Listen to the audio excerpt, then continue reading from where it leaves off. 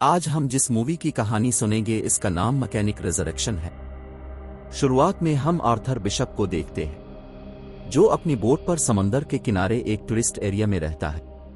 वो सुबह उठकर काफी पीता है और अपनी पसंद का म्यूजिक सुनता है। फिर वो बाहर जाने के लिए निकलता है और चोरी के डर से कश्ती में एक बम एक्टिव कर देता है। अब वो अपनी बाइक पर बैठकर एक रेस्टोरेंट जाता है।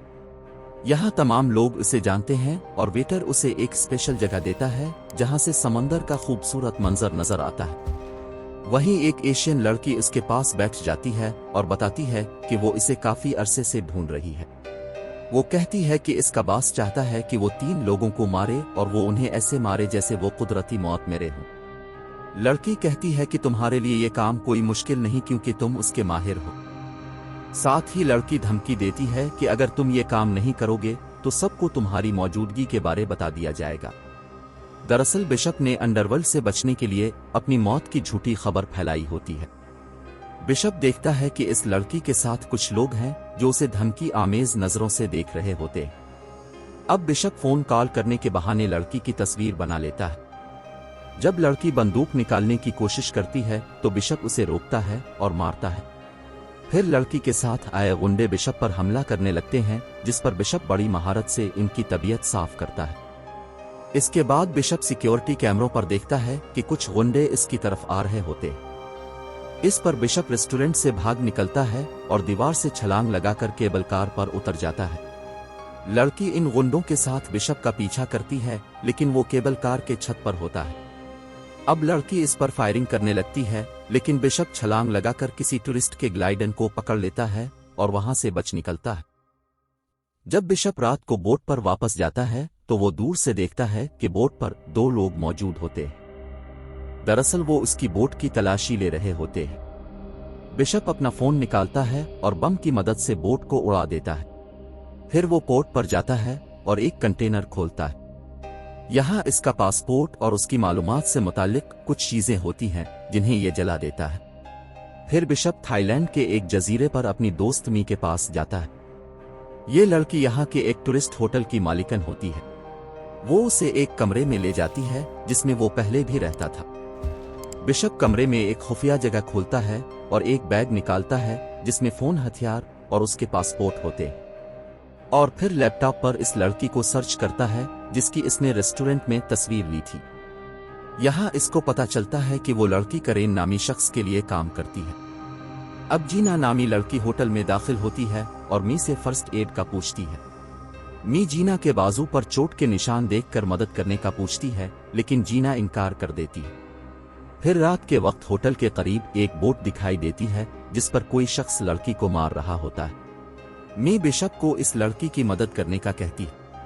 फिर बिशप बोट पर पहुंचता है और आदमी से कहता है कि लड़की को छोड़ दे और इसे ना मारे, लेकिन आदमी इसे छोड़ने से इनकार कर देता है और बिशप पर बंदूक उठाने लगता है। बिशप एक ही झटके में इसे ऐसी फेंटी लगाता है कि वो शख्स मर जाता है। फिर वो जीना को मी के पास छोड़ता है और खुद इस बोट की तलाशी लेने लगता है। यहाँ बिशप को लड़की का पासपोर्ट और एक फोन मिलता है जिसके अंदर उसकी तस्वीर होती है। फिर वो इस बोट को आग लगाकर जला देता है और वापस होटल चला जाता है। अब बिशप जीना से पूछता है कि मेरी तस्वीर तुम्हारे फोन में क्यों है और क्या तुम करेन के लिए काम करती हो? जीना बताती है कि करेन के पास मुझे धमकाने के लिए कुछ है और जो कुछ हुआ है वो बिशप को फंसाने की साजिश थी। मंसूबा ये था कि जीना बिशप से दोस्ती करने के बाद करेन को कॉल कर देगी और फिर उसका काम खत्म हो जाएगा। बिशप अब इंटरनेट पर सर्च करता है और इसे पता चलता है कि जीना के पास इंसानी स्मगलिंग का शिकार हो चुके बच्चों की पनागाह है और करेन ने इसे धमकी दे रखी थी कि अगर उसने ये काम न किया तो वो बच्चों को मार देगा। अगले रोज बिशप समंदर में एक बोट को देखता है जिसमें कुछ आदमी सवार थे और उन पर नजर रखे हुए होते। बिशप जीना से ऐसा बर्ताव करने को कहता है जैसे वो इससे दोस्ती कर रही हो। तभी जीना इससे माजरत करती है और बताती है कि उसके पास और कोई चारा नहीं था क्योंकि बच्चे इसके लिए सब कुछ थे। बिशप उसके काम की तारीफ करता है और बताता है कि वो भी यतीम था। वो ये भी बताता है कि उसे और करेन को एक गैंगस्टर ने खरीद लिया था और उन दोनों ने वहां से भागने का प्लान बनाया, मगर करेन फरार होने में नाकाम हो गया। इसी वजह से क्रेन बिशप से नफरत करता है और बदला लेना चाहता है। अब इनको एक दूसरे से प्यार हो जाता है। बिशप फिर जीना के साथ एक प्लान बनाता है और इसे निशानी के तौर पर एक घड़ी देता है। अगले दिन क्रेन के आदमी आते हैं और जीना को अगवा कर लेते हैं। फिर क्रेन बिशप को फोन करता है और मुलाकात करना चाहता है। बिशप जब क्रेन के पास जाता है तो जीना को छोड़ने का कहता है। क्रेन कहता है कि वो इसे छोड़ देगा, मगर उसके लिए बिशप को 3 लोगों को मारना होगा। क्रेन बिशप को एक फाइल देता है जिस पर उन 3 लोगों की तस्वीरें और इंफॉर्मेशन होती है। इनमें पहला शख्स एक क्रिल नामी अफ्रीकी असलहा डीलर होता है जो उन दिनों जेल में कैद था और इस जेल तक पहुंचना नामुमकिन था। फिर क्रेन बिशप को एक जीपीएस कैप्सूल देता है और असलहा डीलर को मारने के बाद उसे निगलने का कहता है ताकि क्रेन के लोग लोकेशन ट्रैक करके इस तक पहुंच सकें। फिर बिशप जीना के बारे में पूछता है, जिस पर क्रेन कहता है कि हर ऑपरेशन के बाद वो इसे एक फोन कॉल करने देंगे और आखिरी मिशन मुकम्मल होने के बाद इसे जीना की लोकेशन भेज दी जाएगी। अब बिशप मलेशिया में इस जेल के बारे में मालूमात और जायजा लेता है जिसमें डीलर कैद था। ये जेल समंदर के बीच एक छोटे से जजीरे पर 100 मीटर बुलंद चट्टानों से घिरी हुई थी। अब बिशप जेल में दाखिल होने के लिए एक वांटेड आदमी का इंतखाब करता है और शनाख्त तब्दील करने के लिए इस जैसा टैटू अपने चेहरे पर बना लेता है। फिर वो मिशन को अंजाम देने के लिए कुछ चीजें खरीदता है। दूसरे दिन वो जानबूझकर पुलिस के सामने चहलकदमी करता है और इसे गिरफ्तार करके जेल भेज दिया जाता है। यहाँ बिशप को क्रेन की वो बात याद आती है कि उसकी मौत हादसाती नहीं होनी चाहिए, वरना इसे बचाने के लिए बोट नहीं भेजी जाएगी। जेल में बिशप नोट करता है कि क्रिल कभी भी अकेला नहीं रहता, बल्कि हमेशा उसकी हिफाजत के लिए लोग इर्द गिर्द मौजूद रहते हैं। फिर बिशप एक कैदी से क्रिल के बारे में मालूमात लेता है। कैदी इसे बताता है कि क्रिल ने लाइबेरिया के सदर को कत्ल कर दिया है और बहुत से लोगों ने इसे जेल में मारने की कोशिश की, मगर सब नाकाम रहे। अब बिशप इसको मारने की बजाय इसकी हिफाजत करना शुरू कर देता है और जब भी कोई क्रिल पर हमला करता है बिशप इसे बचा लेता है। ऐसा करने से क्रिल मुतासिर हो जाता है और बिशप का शुक्रिया अदा करने के लिए रात के खाने पर मदु करता है। जब बिशप उसके पास जाता है तो इस पर हमला करके उसे बेहोश कर देता है और उसको कुछ ऐसा देता है जिससे क्रिल को फूड पॉइजनिंग हो जाती है और वो मर जाता है। क्रिल की मौत की खबर फैलने से हर तरफ भगदड़ मच जाती है। फिर बिशप जेल की दीवार को तोड़कर अपने जिस्म पर लोशन लगाता है ताकि वो मछलियों से बच सके और जीपीएस कैप्सूल खाकर समंदर में छलांग लगा देता है। इधर बोट के कैप्टन को पैगाम पहुंच जाता है कि बिशप अपने मिशन में कामयाब हो गया है और बिशप बोट तक पहुंच जाता है। अब क्रेन बिशप और जीना की वीडियो कॉल पर बात करवाता है और बताता है कि उसके पास दूसरे शख्स को मारने के लिए 36 घंटे बाकी है, वरना वो जीना को मार डालेंगे। फिर क्रेन दूसरे शख्स के बारे में मालूमात भेजता है। ये एड्रीन नामी शख्स एक अरबपति होता है और उसका असल कारोबार इंसानी स्मगलिंग है। एड्रीन ऑस्ट्रेलिया में स्काईस्क्रेपर की 58वें मंजिल पर रहता है।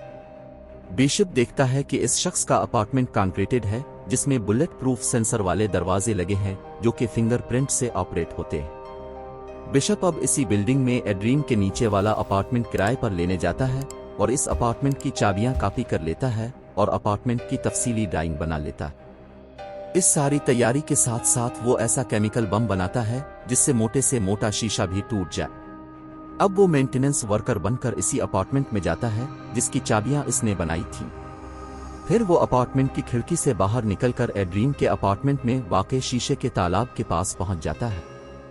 एड्रीन जैसे ही पूल के अंदर आता है बिशप बम लगा देता है जिससे स्विमिंग पूल टूट जाता है और एड्रीन नीचे गिरकर मर जाता है। दूसरा मिशन भी पूरा होने पर जब जीना बिशप से बात करती है तो वो बड़ी चालाकी से बोट के नंबर की तरफ इशारा कर देती है।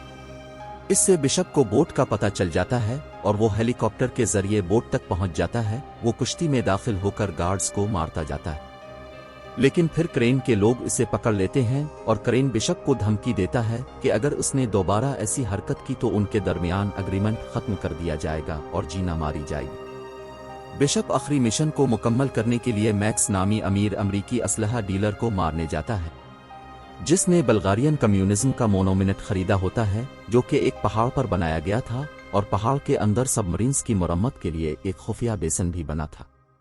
ये सबमरीन्स इंटरकॉन्टिनेंटल मिसाइलों से लैस होती हैं और कोई भी इस जगह में दाखिल होने या बाहर निकलने के काबिल नहीं था, क्योंकि जो लोग कोशिश करते थे वो मारे जाते थे। इस तरफ मैक्स ने अपने हिफाजती इंतजामात में इजाफा कर दिया था, क्योंकि बिशप के हाथों हलाक होने वाले 2 लोगों की खबर उसे पहुंच गई थी।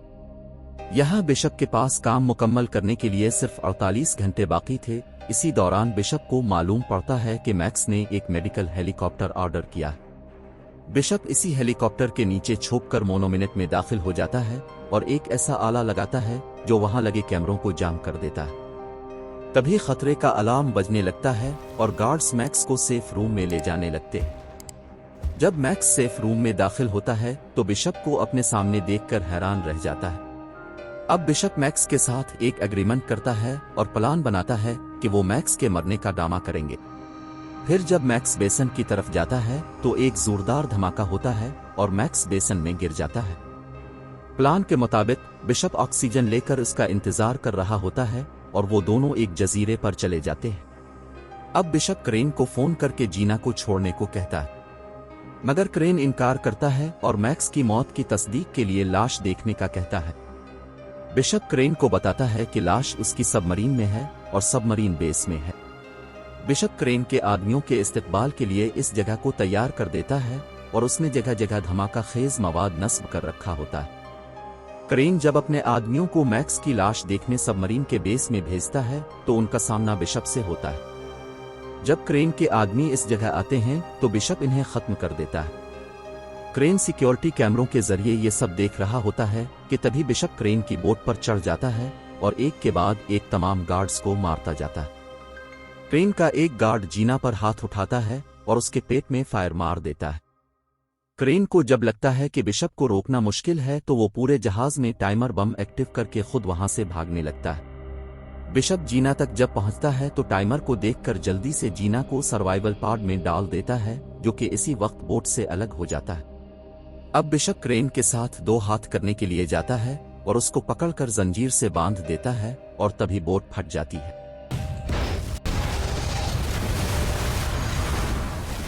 अब पुलिस भी पोर्ट पर पहुंचकर बोट का मलबा निकालने लगती है और सर्वाइवल पॉड की वजह से जीना बच जाती है। मैक्स और उसके आदमी भी समंदर से मलबे को निकालते हुए देख रहे होते हैं, मगर बिशप किसी को नहीं नजर आता। फिर कुछ वक्त के बाद हम जीना को बच्चों के साथ शेल्टर में देखते हैं और अगले ही लम्हे बिशप उसके सामने आ जाता है और वो हैरान रह जाती है। मूवी के आखिर में मैक्स पोर्ट पर लगे सिक्योरिटी कैमरों का जायजा ले रहा होता है और देखता है कि बिशप स्टील रूम में छुपा हुआ था, जो किसी भी कश्ती में इमरजेंसी के लिए होता। मैक्स ये वीडियो डिलीट कर देता है और बिशप की जिंदगी को राज ही रहने देता है।